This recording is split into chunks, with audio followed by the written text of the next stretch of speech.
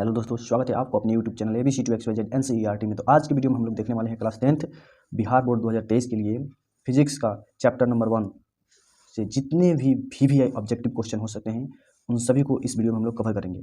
तो आप बने रहिए लास्ट तक, आपको कुछ नया सीखने को जरूर मिलेगा। देखिएगा आपका कितना सही हो रहा है। ठीक है, मान लीजिए कि ये एक प्रकार का आपका टेस्ट हो रहा है चैप्टर 1 से। ठीक है, तो आइए बिना देरी के वीडियो को स्टार्ट करते हैं। देखते हैं क्वेश्चन नंबर 1 में क्या कह रहा है। ठीक है, देखिए यहाँ पे लिखा गया है क्वेश्चन नंबर 1। 1 नंबर में कह रहा है प्रकाश की किरण गमन करती है। प्रकाश की किरण गमन करती है ऑप्शन नंबर ए में सीधी रेखा में, बी में टेढ़ी रेखा में, सी में किसी भी दिशा में और डी में दिया है इनमें से कोई नहीं। तो इसका सही उत्तर क्या हो जाएगा? प्रकाश हमेशा सीधी रेखा में गमन करती है। इसका सही उत्तर ए हो जाएगा। ठीक है, फटाफट से आगे बढ़ते हैं। दूसरा क्वेश्चन देखिए। दूसरा क्वेश्चन में क्या कर रहा है? प्रकाश का वेग न्यूनतम होता है सबसे कम। न्यूनतम का मतलब होता है कम, अधिकतम का मतलब होता है ज़्यादा। तो प्रकाश का वेग न्यूनतम कहाँ होता है? निर्वात में, जल में, वायु में, कांच में। तो बताइए आप इसका आंसर क्या होगा? इसका आंसर हो जाएगा कांच में सबसे कम होता है। जो यहाँ पे 4 ऑप्शन दिया गया है, इन चारों में से सबसे कम कांच में होता है। ठीक है, निर्वात में सबसे अधिक होता है, याद रखिएगा। पूछेगा सबसे अधिक किसमें होता है, तो निर्वात में होता है। ठीक है, आगे बढ़ते हैं। अगला क्वेश्चन देखते हैं। अगला क्वेश्चन में क्या कर रहा है? मोटर गाड़ी के चालक के सामने लगा रहता है। मोटर गाड़ी जो चलाता है उसके सामने क्या लगा रहता है? समतल दर्पण, उत्तल दर्पण, अवतल दर्पण और डी में दिया है क्या? उत्तल लेंस दिया है। तो इसका क्या उत्तर हो जाएगा? क्वेश्चन नंबर 3 का हो जाएगा बी नंबर, उत्तल दर्पण। ठीक है, ये तो आपको याद ही होगा। आगे देखते हैं आगे क्या कर रहा है। चौथा नंबर क्वेश्चन में क्या बोल रहा है? मोटर कार के हेडलाइट में किसका प्रयोग होता है? जो बल्ब होता है उसमें किसका प्रयोग होता है? समतल दर्पण, उत्तल दर्पण, अवतल दर्पण, उत्तल लेंस। तो इसका सही उत्तर क्या हो जाएगा? 4 का ऑप्शन नंबर हो जाएगा कितना? बताइए आप। 4 का हो जाएगा ऑप्शन नंबर सी, अवतल लेंस। ऐसे जो लाइट होता है ऐसे धसा रहता है, यहाँ पे बल्ब रहता है, यहाँ से रोशनी ऐसे ऐसे निकलता है। तो ये किस तरह दिख रहा है? अवतल दर्पण की तरह दिख रहा है। ठीक है, अवतल होता है वो उभरा हुआ रहता है। उत्तल कैसा रहता है? उभरा हुआ रहता है ऐसे। अवतल क्या होता है? धंसा हुआ रहता है। ये तो आपको पता ही होगा। चलिए 5 नंबर क्वेश्चन को देख लेते हैं। समतल दर्पण द्वारा बना प्रतिबिंब होता है। समतल दर्पण में जो प्रतिबिंब बनता है वो किस प्रकार का होता है? वास्तविक होता है, काल्पनिक होता है, या दोनों होता है, इनमें से कोई नहीं होता है। तो समतल दर्पण में किस प्रकार का प्रतिबिंब बनता है? तो सबसे पहले तो आप कमेंट में बताइए इसका उत्तर क्या होगा। 5 नंबर का हो जाएगा क्या? ऑप्शन नंबर बी, काल्पनिक होता है। समतल दर्पण में किस प्रकार का बनता है? काल्पनिक बनता है। आगे बढ़ते हैं। लेंस की क्षमता कैसे मात्रा क्या होता है? लेंस की क्षमता कैसे मात्रा क्या होता है? इसको तो आप जानते होंगे। ऑप्शन नंबर ए में डायोप्टर, बी में ल्यूमेन, सी में लक्स और डी में दिया है एंग्स्ट्रॉम। तो इसका सही उत्तर क्या हो जाएगा? डायोप्टर में मापा जाता है इसको। इसका सही उत्तर क्या हो जाएगा? Option number A, dioptre. आइए आगे देखते हैं। आगे दिया है प्रकाश की किरणों का पथ दर्शाने वाले चित्रों को कहा जाता है। इसका ऑप्शन यहाँ पे दिया है, इसको एक बार और पढ़ लीजिए। प्रकाश की किरणों का पथ दर्शाने वाले चित्रों को क्या कहा जाता है? ठीक है, किरण आरेख, फोकस, किरण पुंज, इनमें से सभी। तो इसको क्या कहते हैं? किरण आरेख कहते हैं। जो किरण के रास्ते को दिखाता है, पथ को दिखाता है, उसे किरण आरेख कहते हैं। ऑप्शन नंबर ए हो जाएगा। आगे देखिए, आगे यहाँ पे दिया गया है 2D क्षमता वाले लेंस का फोकसांतर क्या होगा? ठीक है, तो आप तो जानते होंगे P बराबर क्या होता है? P बराबर होता है 1/f। 1/f मीटर में निकलता है आंसर। ठीक है, 1/f मीटर होता है। P यानी लेंस की क्षमता, पावर, और ये हो गया 1/f, f यानी फोकसांतर। तो इसी को हम लोग को ज्ञात करना है। तो यहाँ पे 2D दिया है। ठीक है, यहाँ पे देखिए आंसर किस में दिया गया है? सेंटीमीटर में दिया गया है। तो सबसे पहले तो हमको क्या निकलेगा? ये मीटर में निकलेगा। तो इसको सेंटीमीटर में बदलने के लिए 100 से गुना कर देंगे। तो आइए देखते हैं कैसे बनेगा। 2D दिया है तो यहाँ पे 2 लिख देंगे। ठीक है, बराबर में हो जाएगा 1/f। तो इसको इधर बनाते हैं। अब यहाँ से तिरछा तिरछी गुना हो जाएगा इसमें, तो हो जाएगा f बराबर कितना हो जाएगा? 1/2। ठीक है, तो ये कट के आ जाएगा कितना? f बराबर 0.5 आएगा। ठीक है, मीटर में आएगा। तो इसको हम लोग सेंटीमीटर में बदलेंगे। तो सेंटीमीटर में बदलने के लिए 100 से गुना किया जाता है। तो क्या जाएगा? इसमें 100 से गुना कीजिएगा तो ऑप्शन नंबर डी इसका सही हो जाएगा, 50 सेंटीमीटर होगा। ठीक है, 8 का ऑप्शन नंबर क्या हो जाएगा? डी हो जाएगा सही। जैसे आप निकाल सकते हैं। आगे देखिए क्या कह रहा है। किसी उत्तल लेंस का फोकसांतर 50 सेंटीमीटर है तो उसकी क्षमता होगी। फोकसांतर दिया है यानी एफ मालूम है। इसमें क्या एफ मालूम है? एफ है 50 cm। ठीक है, 50 cm दिया गया है। अब हम लोग को क्या निकालना है? लेंस की क्षमता यानी पी निकालना है। तो पी बराबर क्या होता है? 1/f। 1/f होता है, 1/f। अब इसको लिखेंगे 1/, फोकसांतर कितना है? 50 सेंटीमीटर। 50 से यहाँ पे भाग कर दीजिए। तो 50 से जब यहाँ पे भाग कर दीजिएगा तो आंसर निकल के आएगा कितना? ऑप्शन नंबर इसका डी हो जाएगा। 9 का क्या हो जाएगा? ऑप्शन नंबर डी हो जाएगा। इसको आप कटा सकते हैं, कटा लीजिएगा इसको। आगे बढ़ते हैं। आगे देखिए 10 नंबर में प्रकाश के किरणों के समूह को कहते हैं, प्रकाश के किरणों के समूह को क्या कहते हैं? प्रकाश स्रोत, किरणपुंज, प्रदीप्त, प्रकीर्णन। इसका ऑप्शन नंबर क्या हो जाएगा? ऑप्शन नंबर बी सही है, किरणपुंज कहते हैं। किरणों के समूह को किरणपुंज कहते हैं, प्रकाशपुंज कहते हैं या किरणपुंज कहते हैं। आगे बढ़ते हैं। ये 3 प्रकार का होता है, समानांतर प्रकाशपुंज, अभिसारी प्रकाशपुंज, अपसारी प्रकाशपुंज। अगला क्वेश्चन देखते हैं हम 11 नंबर। 11 नंबर में क्या कह रहा है? उत्तल लेंस की क्षमता होती है, उत्तल लेंस की क्षमता कैसी होती है? ऋणात्मक होती है, धनात्मक होती है। ऑप्शन नंबर सी में दिया है दोनों, यानी ए और बी दोनों ऑप्शन, ऋणात्मक धनात्मक दोनों होती है। और डी में दिया है इनमें से कोई नहीं। तो 11 का ऑप्शन नंबर बी सही है। ऑप्शन नंबर क्या है? बी सही है, धनात्मक होती है। उत्तल लेंस की क्षमता कैसी होती है? धनात्मक। अवतल लेंस की ऋणात्मक। इसको याद रखिएगा, दोनों में से कोई पूछ सकता है आपसे। आगे बढ़ते हैं। अवतल लेंस की क्षमता होती है, देखिए यहाँ पे भी दे दिया गया है, अवतल लेंस की क्षमता होती है। अवतल लेंस की क्षमता कैसी होती है? ए में ऋणात्मक, बी में धनात्मक, सी में दोनों, और इनमें से कोई नहीं दिया है। तो अवतल लेंस का यहाँ पे दिया है अवतल लेंस का, तो इसका उत्तर क्या हो जाएगा? अवतल लेंस का हो जाएगा ऑप्शन नंबर ए। ठीक है, ऋणात्मक होती है। उत्तल का धनात्मक और अवतल का ऋणात्मक, इसको याद कर लीजिएगा। 13 नंबर में दिया है उत्तल लेंस को कहते हैं, उत्तल लेंस को और किस नाम से जाना जाता है? तो आशा करता हूँ आपको याद होगा। अभिसारी लेंस, द्वि उत्तल लेंस, अपसारी लेंस, और डी में दिया है इनमें से कोई नहीं। ठीक है, तो इसका क्या हो जाएगा? ऑप्शन नंबर ए हो जाएगा, अभिसारी लेंस। ऑप्शन नंबर ए सही है, अभिसारी लेंस। आगे बढ़ते हैं 14 नंबर। अवतल लेंस को कहते हैं, अवतल लेंस को क्या कहते हैं? उसको अभिसारी, तो इसको अपसारी हो जाएगा ये। ठीक है, याद रखिएगा इसको। ये भी क्वेश्चन पूछा जाता है, उत्तल लेंस को अभिसारी लेंस क्यों कहा जाता है, या अवतल लेंस को अपसारी लेंस क्यों कहा जाता है? तो इसको आप 2 नंबर वाले क्वेश्चन में, लघु उत्तरीय क्वेश्चन में याद कर सकते हैं। ठीक है, आइए आगे देखते हैं। आगे दिया गया है, निम्न में से कौन सा पदार्थ लेंस बनाने के लिए प्रयुक्त नहीं किया जा सकता है? लेंस बनाने के लिए प्रयुक्त नहीं किया जा सकता है, इस पर ध्यान दीजिएगा। बहुत सारे बच्चे पढ़ते हैं आधा अधूरा क्वेश्चन और ऑप्शन को टिक कर देते हैं। सभी को पढ़ना है, ध्यान से पढ़ना है। देखिए यहाँ पे नहीं लगाया गया है, तो इसको देखना है। निम्न में से कौन सा पदार्थ लेंस बनाने के लिए प्रयुक्त नहीं किया जाता है, यानी लेंस बनाने में उसका उपयोग नहीं किया जाता है? जल, कांच, प्लास्टिक, मिट्टी। तो इसका उत्तर क्या हो जाएगा? मिट्टी का प्रयोग नहीं किया जाता। जल का प्रयोग होता है, कांच का प्रयोग होता है, प्लास्टिक का भी प्रयोग होता होगा, और मिट्टी का प्रयोग नहीं होता है। आइए 16 नंबर क्वेश्चन को देखते हैं। किस दर्पण से हमेशा वस्तु से छोटा प्रतिबिंब प्राप्त होता है? कौन से दर्पण में प्रतिबिंब जो होता है वस्तु से छोटा होता है? ए में समतल, बी में उत्तल, और सी में अवतल, और डी में कोई नहीं। तो 16 का ऑप्शन नंबर क्या हो जाएगा? बी सही है। इसका ऑप्शन नंबर बी सही हो जाएगा। आगे बढ़ते हैं। आगे देखिए 17 नंबर में क्या कर रहा है? 17 नंबर में बोला जा रहा है, किस दर्पण से वस्तु का बड़ा प्रतिबिंब बनता है? उसमें पूछा था छोटा, इसमें बड़ा पूछ रहा है। ठीक है, ऑप्शन नंबर ए में समतल, अवतल, उत्तल, कोई नहीं। तो 17 का आंसर क्या हो जाएगा? ऑप्शन नंबर बी हो जाएगा। ऑप्शन नंबर 20 का सही है। आगे बढ़िए, बिना देरी किए फटाफट आपको देखते जाना है, बस एक झलक देखते जाइए। आशा करता हूँ आपको पहले से ही याद होगा, और जो क्वेश्चन आपको याद नहीं होगा उसका स्क्रीनशॉट लेकर याद कर सकते हैं, या कहिएगा तो आपको इसका PDF भी मिल जाएगा। ठीक है, चलिए देखते हैं। प्रकाश के परावर्तन के कितने नियम है? प्रकाश के परावर्तन के कितने नियम है? ऑप्शन नंबर 1 में दिया है 1, ऑप्शन नंबर बी में दिया है 2, ऑप्शन नंबर सी में दिया है 3, ऑप्शन नंबर डी में दिया है 4। तो ये तो सभी बच्चों को याद होगा। प्रकाश के परावर्तन के कितने नियम होते हैं? 2। कौन कौन? आपतन कोण परावर्तन कोण के बराबर होता है, और आपतन बिंदु तथा अविलंब तीनों एक ही तल में होते हैं। ठीक है, आगे देखिए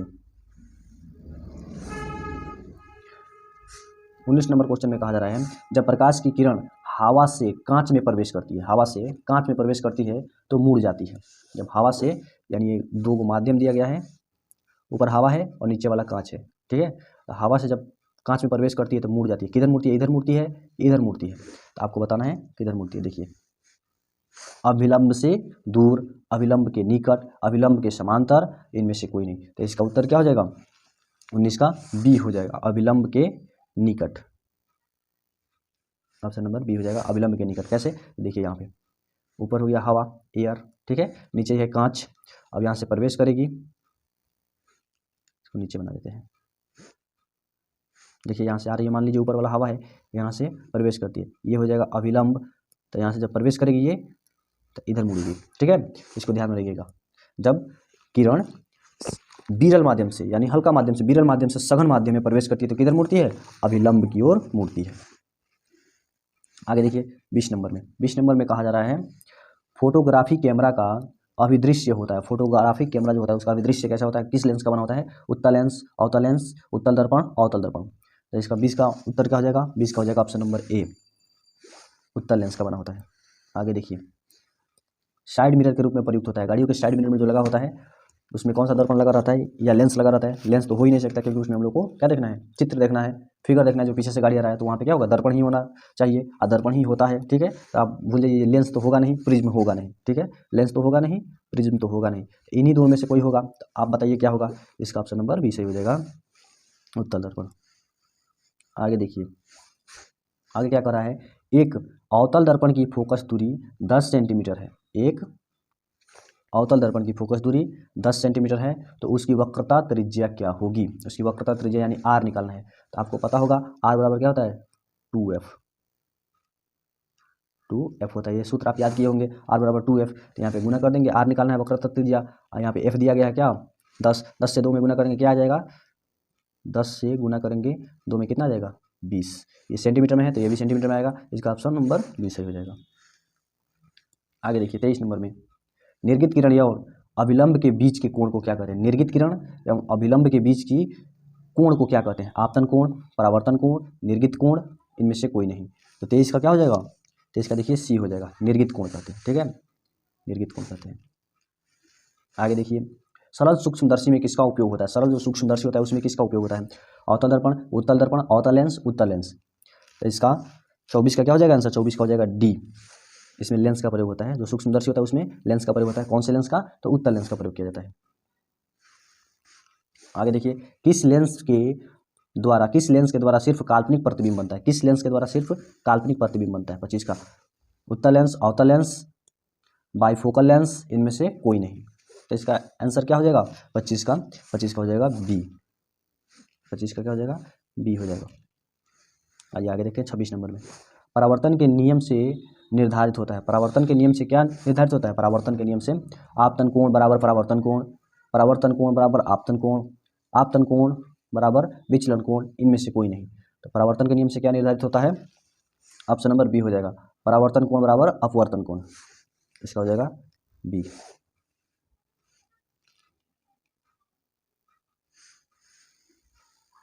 आगे देखिए 27 नंबर, काल्पनिक प्रतिबिंब होता है। जो काल्पनिक प्रतिबिंब बनता है वो कैसा बनता है? सीधा बनता है कि उल्टा बनता है, कि उल्टा और सीधा दोनों बनता है, कि इनमें से कोई नहीं? 27 का आप बताइए इसका क्या होगा? इसका हो जाएगा क्या? ऑप्शन नंबर ए 27 का हो जाएगा, सीधा बनता है। जो काल्पनिक प्रतिबिंब बनता है वो हमेशा सीधा बनता है। लेंस में मुख्य फोकस की संख्या कितनी होती है? जो लेंस होता है आपको पता होगा, दर्पण कैसे होता है? ऐसे होता है, या ऐसे होता है, या समतल ऐसे होता है। ठीक है, ये हो गया अवतल, ये हो गया उत्तल, और ये हो गया समतल। लेंस कैसे रहता है? क्या होता है? गोलीय लेंस। देखिए कैसे बताते हैं आपको, ये हो गया लेंस, एक लेंस ऐसे होता है, ठीक है, एक लेंस ऐसे होता है। तो आपको बताना है लेंस में फोकसों की संख्या कितनी होती है? लेंस में जो फोकस होता है उसकी संख्या कितनी होती है? 2, 1, 3, कोई नहीं। 28 का आंसर क्या हो जाएगा? 28 का हो जाएगा ऑप्शन नंबर 1 सही हो जाएगा, 2 होती है। लेंस में कितनी फोकस होती है? 2। आगे देखिए, सर्च लाइट का परावर्तक सतह होता है। सर्च लाइट जो होता है उसका परावर्तक सतह कैसा होता है? उत्तल होता है, अवतल होता है, समतल होता है, कोई नहीं होता है। 29 का क्या हो जाएगा? 29 का बी हो जाएगा, अवतल होता है। जो सर्च लाइट होता है उसका क्या होता है? ऐसे इस प्रकार से धंसा हुआ होता है। ठीक है, ये मान लीजिए लाइट हो गया, यहाँ पे बल्ब स्विच लगा हुआ है, यहाँ से रोशनी निकलेगा ऐसे। तो कैसा है? धंसा हुआ है, तो धंसा हुआ होता है तो कौन होता है? अवतल होता है। ठीक है, आगे बढ़ते हैं। दाढ़ी बढ़ाने में कौन सा दर्पण प्रयुक्त होता है? दाढ़ी बढ़ाने में कौन सा दर्पण प्रयुक्त होता है? आप बता सकते हैं। ऐसे रहता है कि धंसा हुआ रहता है, कैसे? बराबर रहता है। तो बराबर होगा तो क्या हो जाएगा? समतल हो जाएगा। तो यहाँ पे आप पहला ही आंसर सही हो जाएगा इसका। आगे देखिए, एक उत्तल लेंस की क्षमता 1 डायोप्टर है, तो उस लेंस की फोकस दूरी होगी कितना होगी? 100 सेंटीमीटर, यानी 1 मीटर होना चाहिए। तो मीटर में नहीं दिया तो सेंटीमीटर में होगा। तो इसका ऑप्शन नंबर सी सही हो जाएगा। 31 का ऑप्शन नंबर सी सही होगा। ठीक है, इसका आप परिभाषा भी याद किए होंगे, किसी लेंस की 1 डायोप्टर क्षमता का परिभाषा दीजिए या बताइए, तो कैसे होता है आपको याद होगा। ठीक है, आगे बढ़ते हैं। इसका आंसर क्या होगा? सी हो जाएगा, इसको नोट कर लीजिएगा। आगे देखिए यहाँ पे क्या कह रहा है 32 नंबर में। 32 नंबर, किसी गोलीय दर्पण तथा किसी पतले गोलीय लेंस दोनों की फोकस दूरियां कितनी है? 15 cm है। दर्पण तथा लेंस संभवतः है, कौन सा लेंस है? कौन सा लेंस है? दोनों अवतल लेंस है, दोनों उत्तल लेंस है। दर्पण अवतल तथा लेंस उत्तल है। दर्पण उत्तल तथा लेंस अवतल है, तो इसका सही उत्तर क्या हो जाएगा? 32 का सही उत्तर हो जाएगा ऑप्शन नंबर ए, दोनों अवतल हैं। दोनों किस प्रकार के हैं? दोनों अवतल हैं। आगे देखिए, प्रकाश के अपवर्तन के कितने नियम होते हैं? तो ये तो आपको याद होगा, अपवर्तन और परावर्तन के 2 नियम होते हैं। ठीक है, आगे बढ़ते हैं। किसी माध्यम के अपवर्तनांक का मान होता है, किसी माध्यम के अपवर्तनांक का मान क्या होता है? ऑप्शन नंबर ए में आपको दिया गया है साइन आई बटा साइन आर बटा साइन आई बटा साइन आई गुने sine I plus sine R. तो इसका ऑप्शन नंबर ए सही है, 34 का ऑप्शन नंबर ए सही है, साइन आई बटा साइन आर। आगे बढ़ते हैं। 35 नंबर में क्या कह रहा है? एक उत्तल लेंस होता है, एक उत्तल लेंस होता है, सभी जगह समान मोटाई का, बीच की अपेक्षा किनारों पर मोटा, किनारों की अपेक्षा बीच में मोटा, इनमें से कोई नहीं। तो उत्तल, उत्तल यानी उठल, उठल लेंस होता है इस प्रकार से। तो देखिए क्या, किनारों पर पतला है, बीच में मोटा है, तो क्या हो जाएगा? किनारों की अपेक्षा बीच में मोटा, ऑप्शन नंबर सी इसका सही हो जाएगा। आगे देखिए 36 नंबर में कह रहा है अवतल लेंस का आवर्धन m बराबर होता है। m बराबर क्या होता है? m बराबर क्या होता है? आवर्धन m बराबर 36 नंबर में ऑप्शन नंबर ए में दिया है u बटा v, ऑप्शन नंबर बी में दिया है u गुने v, ऑप्शन नंबर सी में दिया है u प्लस v, और ऑप्शन नंबर डी में दिया है v बट्टा u। तो 36 का क्या हो जाएगा? डी हो जाएगा, 36 का डी हो जाएगा। आगे बढ़ते हैं। गोलीय दर्पण में फोकसांतर एवं वक्रता त्रिज्या के बीच संबंध होता है, r बराबर 2f, अभी पढ़े हम लोग, तो इसका ऑप्शन नंबर यही सही है, r बराबर 2f।